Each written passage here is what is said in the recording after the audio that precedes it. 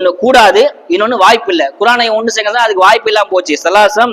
அதனால சலாசம் வாய்ப்பு இல்லாதனால இந்த குரானை ஒன்று சேர்க்கல. இரண்டு காரணம், ஒண்ணு கூடாது, ஒன்று வாய்ப்பு இல்லை.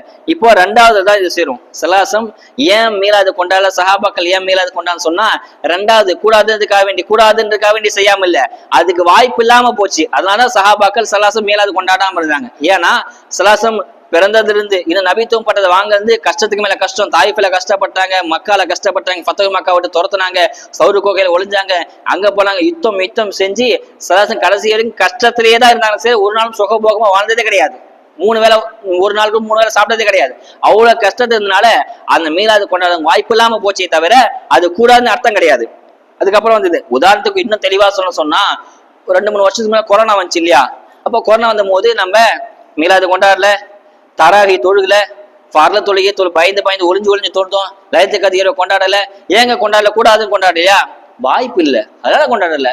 நம்ம பள்ளியாசல் திறக்க வாய்ப்பு இல்லை, அதனால கொண்டாடல தவிர லயத்துக்கு கொண்டாடுறது கூடாது, இது மீளாது கொண்டாடுறது கூடாது, பராத்தில் ஒன்று செய்யறது கூடாது, பரல தொழுகை கூடாது, தராவி தொழுகை கூடாது அப்படின்னு அர்த்தம் கிடையாது. ஏன் கொண்டாடல, ஏன் தொழுகல, ஏன் தராவி தொழுகல, ஏன் லயத்துக்கு அது ஃபங்க்ஷன் வைக்கல அப்படின்னு சொன்னா அதுக்கு வாய்ப்பு இல்லாம போச்சு. கொரோனானால பள்ளியாசல் மூடிட்டாங்க, அதனால செய்யாம போயிட்டேமே தவிர அது கூடாது அர்த்தம் கிடையாது. அதே மாதிரி தான் சொல்றேன், சலாசம் மீளாது கொண்டாட சஹாபாக்களை கொண்டாட சொன்னா அதுக்கு வாய்ப்பே இல்லாம போச்சு. அபூபக்கர் காலத்துக்கு கஷ்டம் தான், உஸ்மான் காலம் கஷ்டம் தான். இப்படி கஷ்டத்திலே அதனால மீளாது கொண்டாட வாய்ப்பு இல்லாம போச்சு. இதுக்கு என்ன ஆதாரம் நீங்க சொல்றீங்களே, பேசிட்டே போறீங்க அது சொன்னா அதுக்கு சலாசம் பதில் சொல்றாங்க. சலாசம் திங்கட்கிழமை நோன்பு வைக்கிறாங்க, சலாசம் திங்கட்கிழமை வாரம் நோன்பு வைக்கிறாங்க. சஹாபாக்கள் நான் ஏன் நோன்பு வைக்கிறீங்க கேட்டா, நான் அன்னைக்கு பிறந்தேன்பா அதனால நோன்பு வைக்கிறேன். அதுக்கு அர்த்தம் என்ன தெரியுமா? நான் பிறந்ததை கொண்டாடுறதுக்காகவே நோன்பு வைக்கிறது அர்த்தம். அதுக்கு சலாசம் பிறந்தது தானே கொண்டாடி இருக்காங்க, நம்ம ஏன் கொண்டாடக்கூடாது?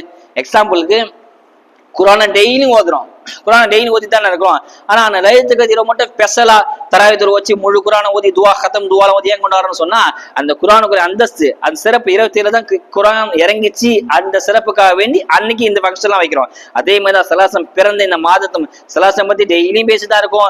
அனுதினமும் ரத்தத்துல ஊறி போய் தான் கிடக்குது. சலாசமுடைய சுண்ணத்தை பின்பற்றணும். மௌத்தா பிறந்த மௌத்தா போற வரைக்கும், மௌத்துக்கு பிறகும் சலாசம் பத்தி பேசிக்கிட்டே தான் இருக்கும். சலாசம் ரத்தத்தை ஊறி போய் தான் இருக்கிறாங்க. இருந்தாலும் ஏன் நீங்க மீராத் ஸ்பெஷலா கொண்டாடுறீங்கன்னு சொன்னா, நம்ம குரான் வாழ்க்கையில ஓதிட்டே தான் இருக்கிறோம். லயத்துல் கத்ர் ஸ்பெஷலா லயத்துல் கத்ர் வச்சு கொண்டாடுறோம் இல்லையா? அதுக்கு அதே மாதிரி தான் இதுவும் என்பதாக இமாம்